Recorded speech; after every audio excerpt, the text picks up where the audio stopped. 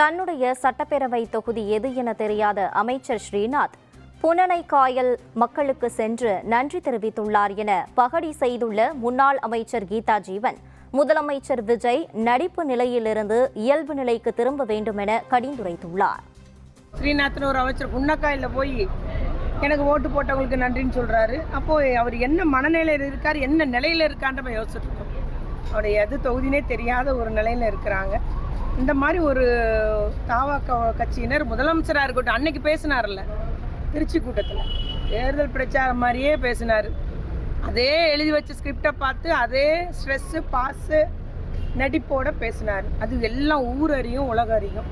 அதனால் இவங்க இன்னும் நார்மல் நிலைக்கு வரணும். இது நாடு, இத்தனை பேர் மக்களை கட்டி காக்கணும். நம்ம நாட்டினுடைய தமிழ்நாட்டினுடைய உரிமை. முதலமைச்சராக இருக்கிறாரு, காவல்துறை அவர் கண்ட்ரோலில் இருக்குது, எல்லாம் அவருடைய கட்டுப்பாட்டில் இருக்குது.